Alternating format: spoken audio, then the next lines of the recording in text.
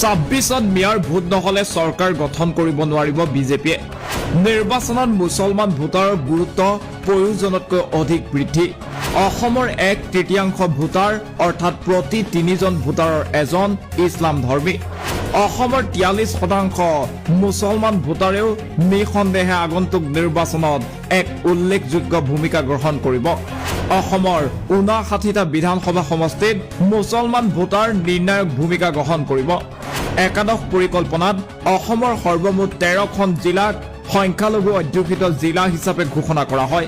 কোকৰাঝাৰ, ধুবুৰী, গোৱালপাৰা, বৰপেটা, বঙাইগাঁও, দৰং, মৰিগাঁও, কামৰূপ, নগাঁও, কাছাৰ, কৰিমগঞ্জ, হাইলাকান্দি আৰু উত্তৰ কাছাৰ পাৰ্বত্য জিলা সংখ্যালঘু অধ্যুষিত জিলা হিচাপে ঘোষণা কৰা হয়।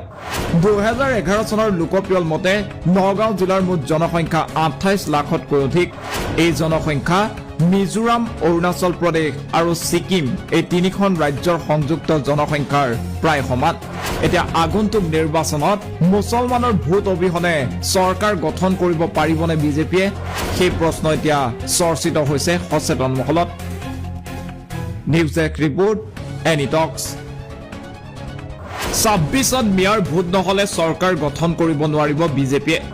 নিৰ্বাচনত মুছলমান ভোটাৰৰ গুৰুত্ব প্ৰয়োজনতকৈ অধিক বৃদ্ধি। অসমৰ 1/3 ভোটাৰ অৰ্থাৎ প্ৰতি 3জন ভোটাৰৰ এজন ইছলাম ধৰ্মী। অসমৰ 43% মুছলমান ভোটাৰেও নিঃসন্দেহে আগন্তুক নিৰ্বাচনত এক উল্লেখযোগ্য ভূমিকা গ্ৰহণ কৰিব।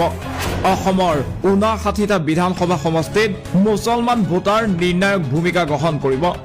একাদশ পৰিকল্পনাত অসমৰ সৰ্বমুঠ 13খন জিলাক সংখ্যালঘু অধ্যুষিত জিলা হিচাপে ঘোষণা কৰা হয়।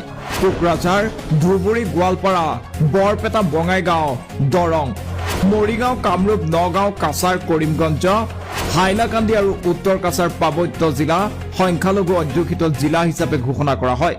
2011 চনৰ লোকপিয়ল মতে নগাঁও জিলাৰ মুঠ জনসংখ্যা 28 লাখতকৈ অধিক। এই জনসংখ্যা মিজোৰাম, অৰুণাচল প্ৰদেশ আৰু ছিকিম এই তিনিখন ৰাজ্যৰ সংযুক্ত জনসংখ্যাৰ প্ৰায় সমান। এতিয়া আগন্তুক নিৰ্বাচনত মুছলমানৰ ভোট অবিহনে চৰকাৰ গঠন কৰিব পাৰিবনে বিজেপিয়ে? সেই প্ৰশ্ন এতিয়া চৰ্চিত হৈছে সচেতন মহলত।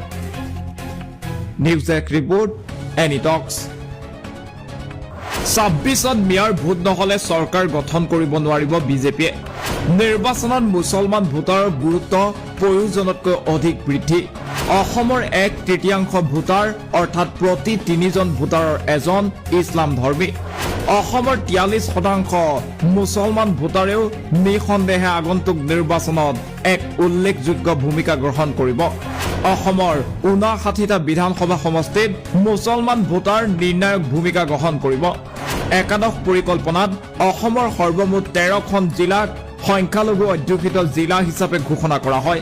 কোকৰাঝাৰ, ধুবুৰী, গোৱালপাৰা, বৰপেটা, বঙাইগাঁও, দৰং, মৰিগাঁও, কামৰূপ, নগাঁও, কাছাৰ, কৰিমগঞ্জ, হাইলাকান্দি আৰু উত্তৰ কাছাৰ পাৰ্বত্য জিলা সংখ্যালঘু অধ্যুষিত জিলা হিচাপে ঘোষণা কৰা হয়। 2011 চনৰ লোকপিয়ল মতে নগাঁও জিলাৰ মুঠ জনসংখ্যা 28 লাখতকৈ অধিক। এই জনসংখ্যা মিজোৰাম, অৰুণাচল প্ৰদেশ আৰু ছিকিম এই তিনিখন ৰাজ্যৰ সংযুক্ত জনসংখ্যাৰ প্ৰায় সমান। এতিয়া আগন্তুক নিৰ্বাচনত মুছলমানৰ ভোট অবিহনে চৰকাৰ গঠন কৰিব পাৰিবনে বিজেপিয়ে? সেই প্ৰশ্ন এতিয়া চৰ্চিত হৈছে সচেতন মহলত। নিউজ